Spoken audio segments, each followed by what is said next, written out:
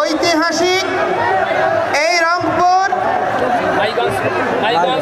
Mahiganj college চত্বর প্রাঙ্গণে এবং পুরো অঞ্চলে 5 কিলোমিটার ধরে বিস্তৃত এরিয়াতে আগত উত্তরাঞ্চলের সমস্ত নিপীড়িত, নির্যাতিত, অবহেলিত সনাতনী সংখ্যালঘু জনগোষ্ঠী, আমি প্রারম্ভে আপনাদেরকে অতলান্ত শ্রদ্ধা নিবেদন করছি। শত রক্তচক্ষু উপেক্ষা করে বিভিন্ন পর্যায়ে রাজনৈতিক উশৃঙ্খল জনগোষ্ঠী বাংলাদেশের একমাত্র মাল্টিন্যাশনাল টাইলস ব্র্যান্ড আরএকে সিরামিক্স এবং প্রশাসনিক বাধাকে উপেক্ষা করে আজকে এই রংপুরে যে জনসমুদ্র পরিণত হয়েছে, আপনাদের অকুণ্ঠ সমর্থনে আমরা চিরঋণী। আপনাদের কাছে প্রণাম নিবেদন করছি। অতিশয় দুর্ভাগ্যের সাথে বলতে চাই, গত 5ই আগস্টের যে অভ্যুত্থান হয়েছে, সেই অভ্যুত্থানে এই রংপুরেই প্রথম শহীদ হয়েছিল শহীদ আবু সাঈদ। কিসের জন্য তিনি আত্মত্যাগ করেছিলেন? তিনি আত্মত্যাগ করেছিলেন বাক স্বাধীনতার জন্য, তিনি আত্মত্যাগ করেছিলেন গণতন্ত্রের জন্য, তিনি আত্মত্যাগ করেছিলেন সহাবস্থানের জন্য, তিনি আত্মত্যাগ করেছিলেন মর্যাদাপূর্ণ একটি জাতি পরিণত করার জন্য।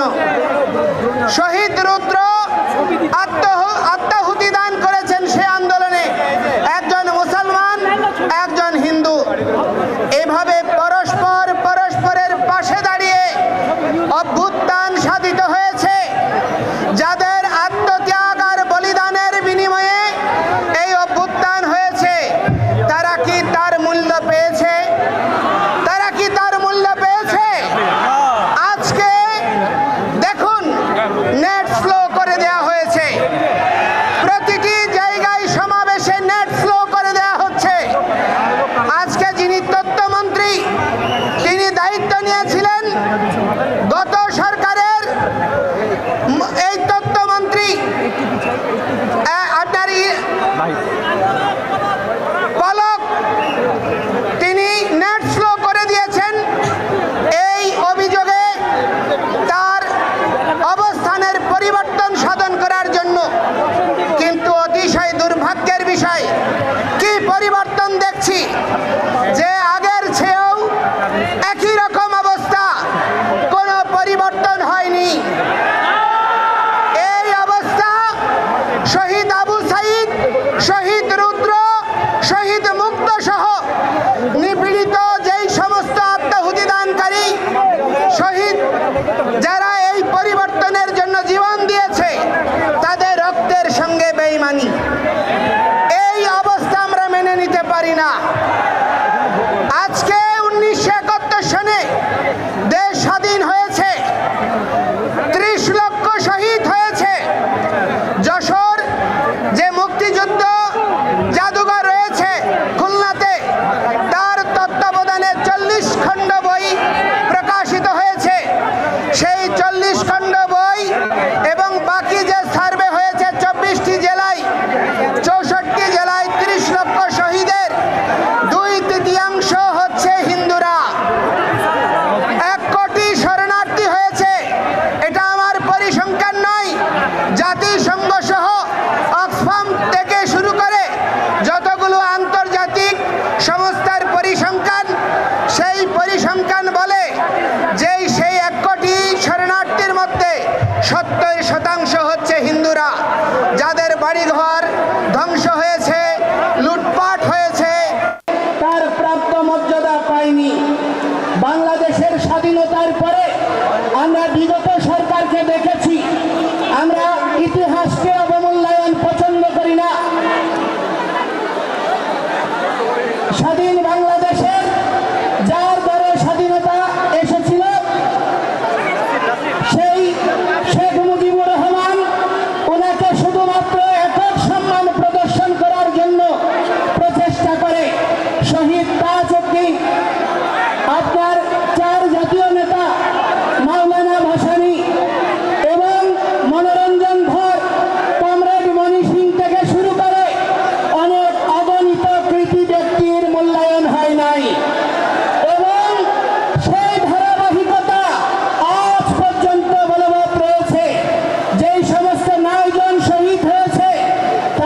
নামে স্মৃতি ফাউন্ডেশন বলেন, সরকার বলেন, আজ পর্যন্ত কোনো দৃষ্টান্তমূলক পদক্ষেপ গ্রহণ করে নাই।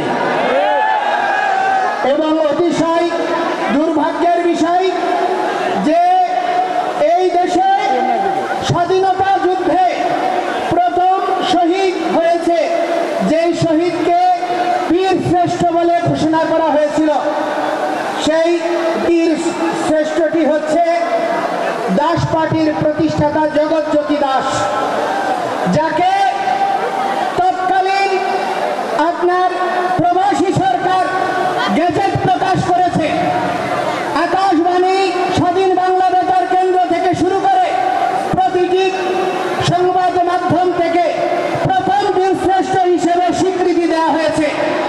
কিন্তু দেখা গেল কি, 72-এ এসে সরকার গঠন হওয়ার পরে শুধু হিন্দু অজুহাতে তাকে স্বীকৃতি দিতে হবে বলে কোনো সেনাবাহিনী ছাড়া অন্য কোনো সেক্টরের কাউকে আর বীর শ্রেষ্ঠ খেতাব দেওয়া হয়নি, এবং সেই জগৎজ্যোতি দাসের বীর শ্রেষ্ঠ খেতাব কেড়ে নেওয়া হয়েছে শুধুমাত্র হিন্দু হওয়ার অপরাধে। আজকে বাংলাদেশে যে নির্যাতন নিপীড়ন হচ্ছে 5ই আগস্টের পরে এবং বিগত 53 বছর ধরে প্রতিটি সরকার যখন বিশ্ব মিডিয়া, বিশ্ব বিবেক চিৎকার করে, বাংলাদেশের মানুষ সোচ্চার হয়, বাংলাদেশের সংখ্যাগরিষ্ঠ জনগোষ্ঠী অসাম্প্রদায়িক, এই অসাম্প্রদায়িক জনগোষ্ঠীর মাঝে বিভিন্ন গণতান্ত্রিক রাজনৈতিক দলগুলির মাঝে ভর্তি মেরে থাকা যেই সমস্ত উগ্রবাদীরা লুকিয়ে আছে, তাদেরকে চিহ্নিত করার সুযোগ থাকার পরেও, তাদের দ্বারা নিপীড়ন নির্যাতন অবর্ণনীয়ভাবে হওয়ার পরেও দৃশ্যমান কোনো পদক্ষেপ কোনো সরকারই গ্রহণ করেনি। শুধুমাত্র হিন্দু জনগোষ্ঠী, সনাতনী জনগোষ্ঠী নিপীড়িত হওয়ার কারণে আজকে সদস্য ছাত্র সচিবালয়ে ঢুকে যদি পরীক্ষার আপনার পরিবর্তন হয়ে যায়, পরীক্ষাবিহীন পাশ হয়ে যায়, বিগত 5ই আগস্টের পরে সরকার পরিবর্তনের পরে যেখানে আন্দোলন হয়েছে সেখানেই স্বীকৃতি মিলেছে, পরিবর্তন এসেছে। কিন্তু আজকে 3 মাস হয়ে যাচ্ছে, দৃশ্যমান কোনো অগ্রগতি তো নাই, বরঞ্চ প্রতিটি জায়গায় হিন্দু বাড়ি ঘরে এখনো লুটপাট, অগ্নিসংযোগ চলছে, এখনো চাঁদাবাজি চলছে, এখনো চাকরির ছুটি চলছে। আপনার রংপুরে গত 1 সপ্তাহের মধ্যেও চাকরির ছুটি হয়েছে প্রশাসনের উপস্থিতিতেই। অতিশয় দুর্ভাগ্যের বিষয়, এই অবস্থা অপরিবর্তিতভাবে চলতে আছে। তার কারণটা কি? তার কারণটা হচ্ছে এই উগ্রবাদী গোষ্ঠীর মধ্যে সঙ্গে সরকারের একটি অংশ, রাজনৈতিক একটি অংশ এবং এই উগ্রবাদী গোষ্ঠী সম্মিলিতভাবে এই বাংলাদেশ থেকে সনাতনী সংখ্যালঘু জনগোষ্ঠীকে উচ্ছেদ করার প্রচেষ্টা চালাচ্ছে।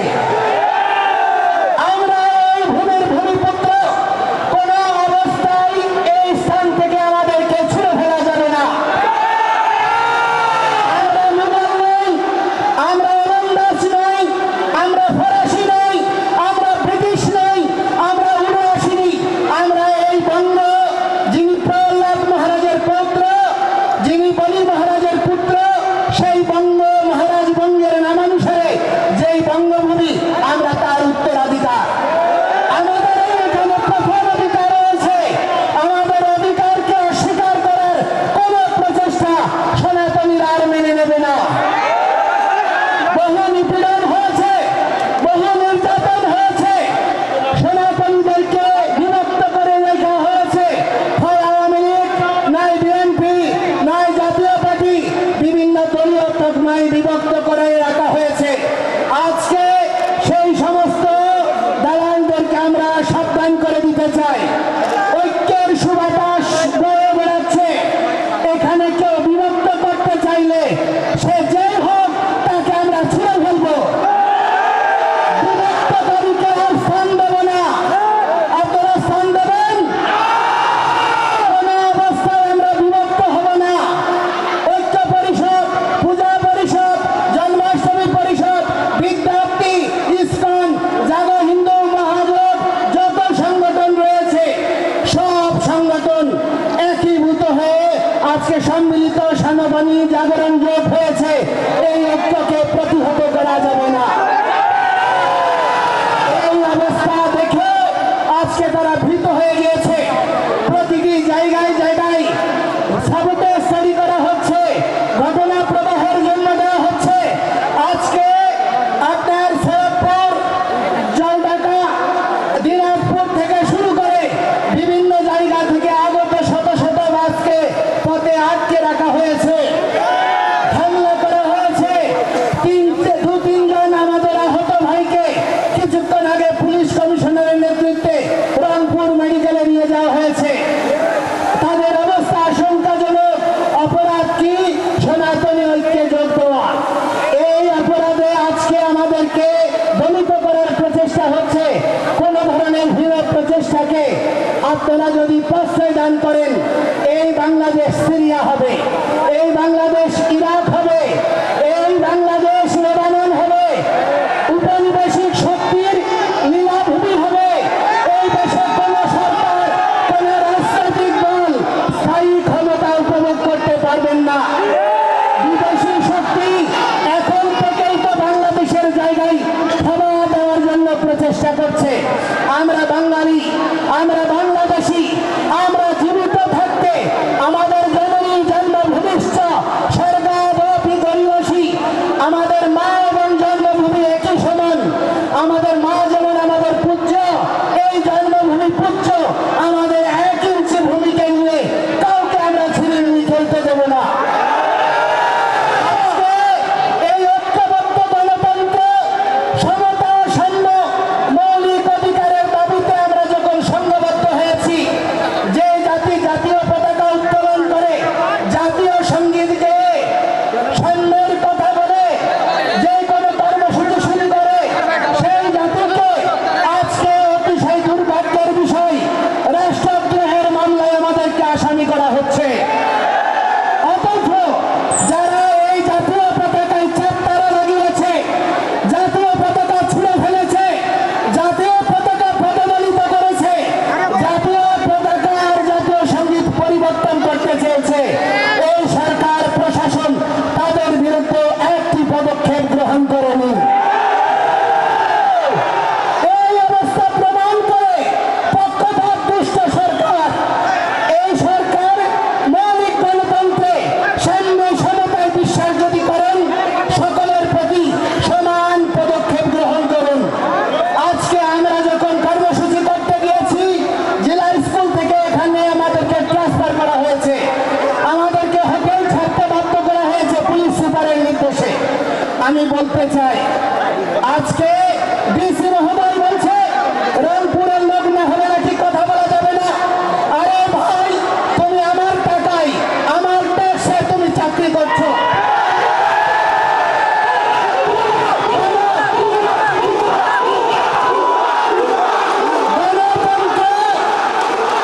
গণতন্ত্র আর সাম্যের এই বাংলাদেশে প্রজাতন্ত্রের কোন কর্মচারী প্রজাতন্ত্রের প্রতিটি নাগরিককে ন্যায্য সম্মান প্রদর্শন করবে।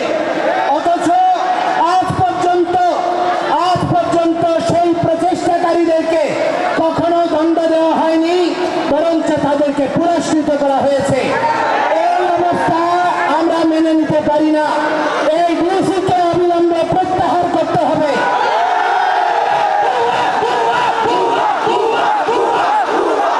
আমি বলতে চাই, আমি এই বৃহত্তর রংপুর সেনাবাহিনীকে আমি কৃতজ্ঞতা জানাই, ধন্যবাদ জানাই। যেখানে যেখানে প্রতিবন্ধকতা হয়েছে, তারা তৎক্ষণাৎ ব্যবস্থা নিয়েছে এবং তাদের ব্যবহার ছিল অত্যন্ত মার্জিত এবং সৌহার্দ্যপূর্ণ। অথচ আমরা সেনাবাহিনীর কাছে দাবি করব, সেনাবাহিনী বা প্রশাসনের যে একটি ক্ষুদ্র অংশ চট্টগ্রামে হাজারীগালির ঘটনায় অনেক নিরীহ হিন্দুদেরকে নির্যাতন নিপীড়ন করেছে, বিচার বিভাগীয় তদন্তের দ্বারা তাদের শাস্তি নিশ্চিত করে, যারা প্রকৃত অপরাধী তাদেরকে চিহ্নিত করে সেই সমস্ত ব্যবস্থার স্থায়ী নিরসন করা। আজকে এইখানে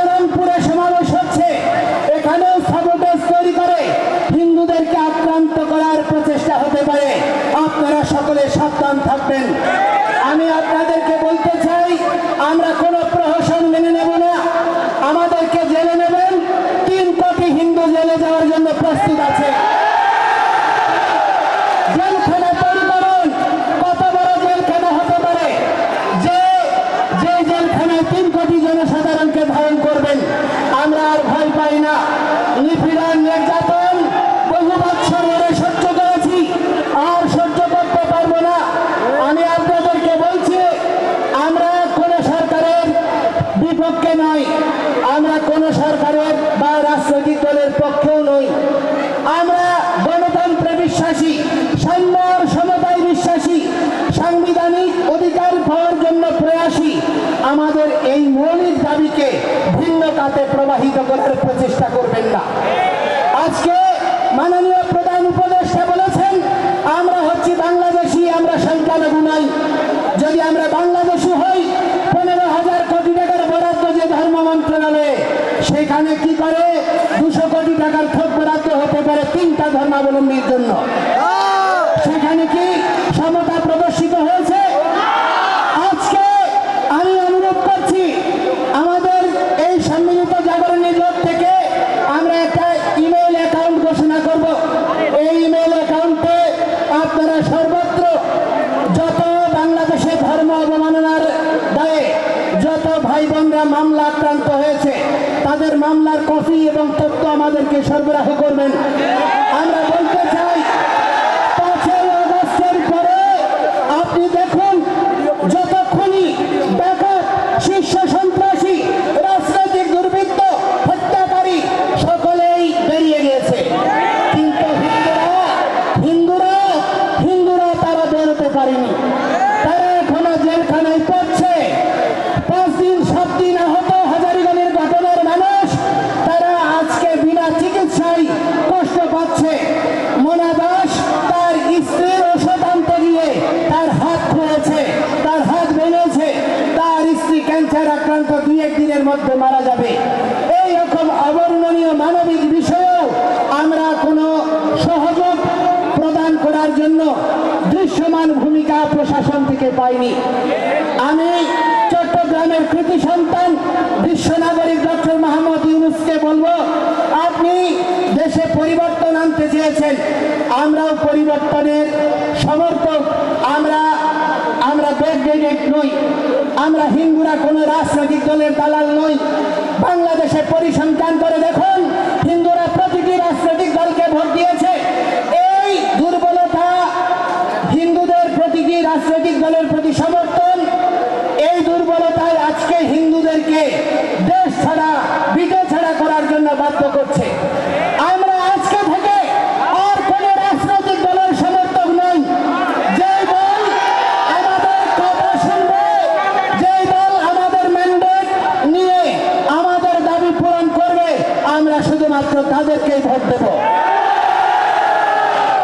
আমাদেরকে ছাড়া যদি এই যে সংবিধান সংস্কার কমিশন গঠন করা হয়েছে, সেখানে যদি আমাদের কমিশনগুলোতে সংখ্যালঘু প্রতিনিধি না দেওয়া হয়, আমাদের যে ধর্মীয় আইন, পারিবারিক আইন এবং দেশে সহাবস্থান, সাম্য, নিরপেক্ষতার ভিত্তিতে সংবিধানে যদি আমাদের অবস্থান সুনিশ্চিত না হয়, কোনো পরিবর্তন আমরা মেনে নেব না। এবং আমরা বলতে চাই, আমাদেরকে যুক্ত করুন, আমরা আপনাদের সহযোদ্ধা হব। আমরা রাষ্ট্র বিনির্মাণে সহযোগী হতে চাই, ক্ষমতা নিয়ে নয়। আমরা উপদেষ্টা হতে চাই না। এই সাধু সন্তরা রাজনীতি করে না। আমরা কখনো রাজনীতির এই গন্ধময়ী পথে বিচরণ করতে চাই না। রাজনীতি মানে হচ্ছে উত্তম নীতি, আদর্শিক নীতি, যা প্রজার জনকল্যাণের জন্য নিহিত। এইরকম মানসিকতা সম্পন্ন রাজনৈতিক দলগুলো রাজনীতিকে আমরা সমর্থন করতে চাই।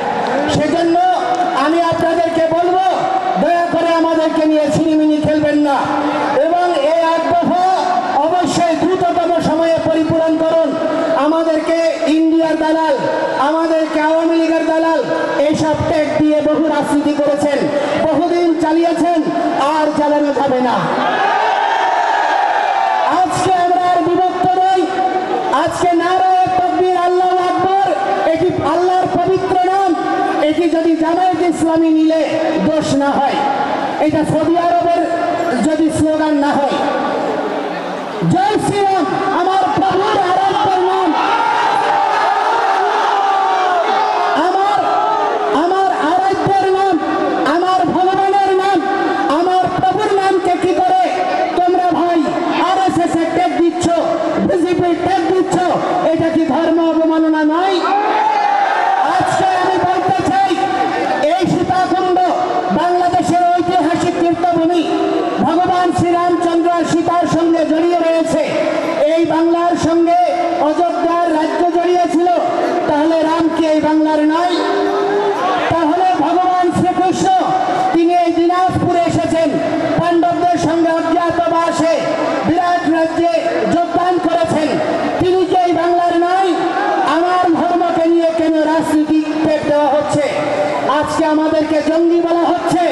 তারা জঙ্গি, আজকে হামলা করে সমাবেশে আগত আমাদের ভক্তদেরকে হামলা করে তারা প্রমাণ করে দিয়েছে তারা জঙ্গি। আমরা জঙ্গি নই। অথচ কখনো ইসলামকে জঙ্গি দিচ্ছে। আরে ভাই, যেই দেশ জঙ্গি দমনের সারা পৃথিবীতে নেতৃত্ব দিচ্ছে, যেই দেশ এখনো তাদের সঙ্গে জঙ্গি দমনে সহায়ক চুক্তি করে আজকে তাদের সঙ্গে কাজ করছো,